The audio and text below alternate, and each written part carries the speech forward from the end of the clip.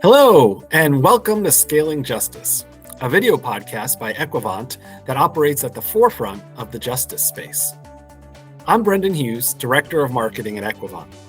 All of us here at Equivant are dedicated to delivering innovative solutions to simplify justice, to help build more efficient and effective justice agencies nationwide.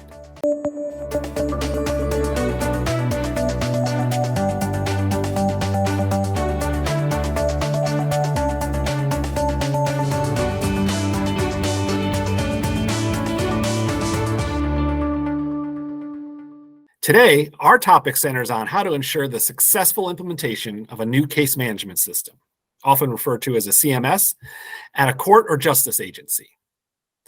Now, as you can imagine, the implementation of a new CMS is a huge task and a large project for any organization. The importance of the court CMS can't be understated. Even with a trusted, competent vendor who will guide you through the process, there are several things courts and agencies can do to prepare in advance to make sure they are ready. A few simple things can ease their mind and ensure the implementation has the best chance for success. Today, we are lucky to be joined by Jason Emineth, who's been part of more than 100 successful implementations. And he's seen everything. He's been on both sides of the implementation projects. A former leader at the Montana Department of Justice as Support Systems Bureau Chief, and now as a Director of Technical Ops at Equivant. He's been part of all types and sizes of implementation projects. Most importantly, he knows what makes these projects go well. And on the other side, Jason has seen firsthand the errors and mistakes that can derail projects. So welcome, Jason. I know I've given you a brief intro and some background, but could you provide a little bit more detail? You bet, Brendan. Thanks for having me here today.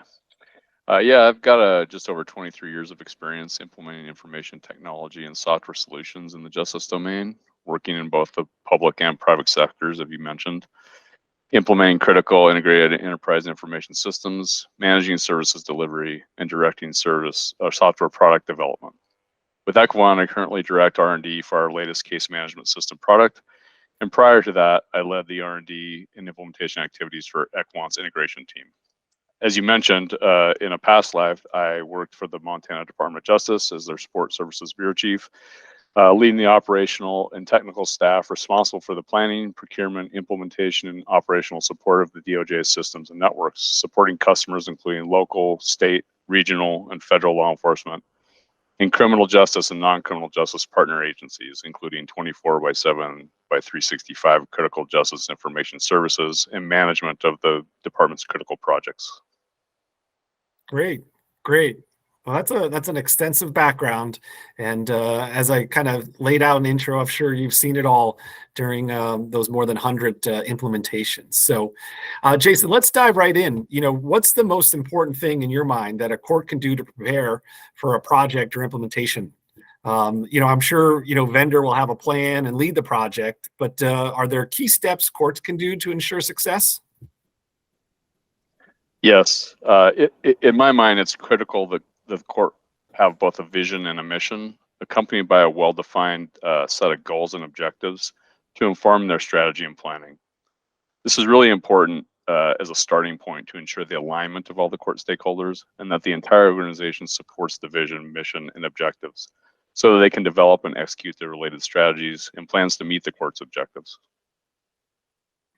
Yeah, no, that sounds like a very good starting point for people. And I know what you were just outlining there, you can take a lot of time and resources up. So, what's from your experience, what can courts do to address that part of the process, the amount of time and resources needed? Yeah, one of the most important things the court can do is appoint a champion for their implementation project. Typically, this point person would be a dedicated project manager. They're responsible to the court stakeholders and work closely with them and the court staff to plan and manage the project through to completion. As such, trying to utilize an existing court staff member with other job responsibilities for this role will result in one, likely both of those roles and the related duties, responsibilities suffering to the detriment of the project, which nobody wants. Additionally, the court staff will need to be engaged in the project as subject matter experts during the requirements gathering and business process reviews to validate data during the conversion, and to learn, train, and test the new system, all while doing their normal jobs. As part of that, the court should be very realistic about their resource capacity when developing their project implementation plan, and be as conservative as possible for an implementation project in that process. It's very easy to underestimate the court staff effort and time required in an implementation project. Experienced project managers on both the court and the vendor teams can help ensure that the court develops a realistic plan with the best chance of success.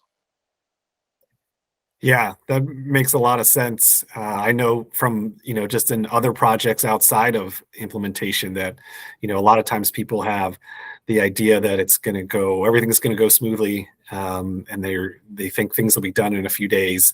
And oftentimes that realistic time frame doesn't come into play, and then they get caught, and then everything gets delayed and expectations are drowned out. So, makes a great point there, Jason. And but maybe even diving in a little bit more on that, what are some specific items that probably will pop up as far as those times and resources that take up more time to be more realistic? What should courts do to be a little bit more aware of that? Yeah, I referenced a few. There are several critical path activities that the court should understand in terms of their own resource commitment to the project. Requirements gathering for any customizations. Here, the court will need to provide subject matter experts to help gather, define, review, and approve the requirements for any custom development. This is critical to ensure any customizations meet the court's requirements. Business process review, very similar to the requirements gathering activities. The court's subject matter experts will need to help define the court's specific business processes and workflows. This will help to drive the configuration, data conversion, training, and testing phases of the project implementation. And I referenced data conversion. That during that phase of the project, it's critical project activity, data conversion and validation. The court's IT staff engages to provide any required source data and mapping, while their subject matter experts assist in validating the converted data. This is an iterative process throughout the project, impacting nearly every other activity and all important to the go live. Finally, user acceptance testing. The course subject matter experts will develop a test plan and complete testing of any customization, configuration, as well as the general system implementation, ensuring the system works the way the court needs it to. Yeah, no, those are really good points there. As you said, there's a lot that can go on in these implementations, a lot of time and resources, and identifying a few of those key ones to really be aware of at the start. Those are great points. Kind of driving back to your extensive background, Jason, I'm sure that there's some projects that you've been a part of that come to mind that really went well. Sometimes that went exceedingly well, and so what were some of the things you learned from those projects, or are there any examples that stick out to you as things that courts should be aware of what went well and why? Yeah, as a matter of fact, a very recent court CMS implementation was just about the smoothest go live we've ever been involved with. The project and the go live, the success was really a combination of two things. One, the court's engagement in the process and their commitment of resources. And two, our team's diligence and execution of the project plan, along with the court in that activity. It was a real partnership and a great example of how to implement a CMS. There were some issues, there always are, but we were able to address those and stay on track by focusing on executing for the plan. That happened because the court was committed to the plan, and the collaboration between the teams made that easy. Great. Yeah, that's awesome. And then, well, what made me think of something as you were talking about is how well that went. I'm also sure that over your years of experience, there's been one or two maybe that didn't go so well. And there's probably lots of reasons, that a project doesn't go as expected, and things can derail it all the time. But is there anything that comes to mind, or example that as something that didn't go well and there was a really good learning from it, or something you guys learned because of the project not going as well as expected? Yeah. Unfortunately, some implementations are challenging, and some even fail. An example of a challenging implementation includes one where the court didn't have a dedicated project champion or project manager, um, and and the person that they did have in place didn't have a good rapport with the executive stakeholders. As a result, the court from top to bottom struggled with both the business process review and user acceptance testing areas, not only being unable to provide the required resources, but being able to focus on the critical path items necessary to stay on track. Um, Essentially, the plan just kind of fell apart. And this is really where a dedicated project manager or a champion shines. They can help to maintain or refocus the court's staff and to keep the court team, including all the stakeholders, aligned. That communication between the subject matter experts and the people running the court day to day and the court stakeholders, and then collaborating, communicating with the CMS vendor team is just crucial. It helps the entire team stay committed to execute on the project plan, or if necessary, rework it. And unfortunately, that just wasn't the case here, and the project implementation suffered because of it. Yeah. No, that makes sense. And, it's unfortunate at the time, probably very unfortunate when you have those things, but as they, often say, like some of your best and learning outcomes come from things that are kind of failures. And so, that's a great point of why that didn't work out and how you can avoid that in the future. One of the things that has really stuck with me, listening to you talk here, and then, in our past experience, is knowing that the CMS software is generally the same, but each court is a little bit different, and they have their own processes, and each court has their, slightly different ways of doing things. So matching to that, how important is it for the court to have power users involved or SMEs involved in the process as well during the implementation? Yeah, that's a great question. As I referenced earlier, the course subject matter experts, they're really one of the most important ingredients to the success of the project, especially for critical path activities like requirements gathering, business process review, and configuration. Explaining the court's workflow for configuration and requirements and validation. And for data conversion, validating the converted data, and then in the user acceptance testing, again, ensuring the system works the way the court needs it to. You really can't underestimate the importance of the court's subject matter experts in the success in terms of planning and executing the project. Great. Yeah, that makes a lot of sense. And we referenced this also at the beginning. During this project, there's two parts to it. There's the court side, and there's a vendor, obviously, and they will be doing a lot of the heavy lifting. They will lead the project, and you want an experienced vendor, obviously. But what are some other things, some key things or questions you should ask before selecting a vendor? Anything that you should be aware of when going through that process? Yeah, as you mentioned, obviously the court will look to partner with a vendor that has demonstrated success in implementation. And like I said before, every CMS vendor has had successful, challenging, and even failed implementations. However, the court can ask some key questions to vet a vendor that will help them choose the right partner for their project.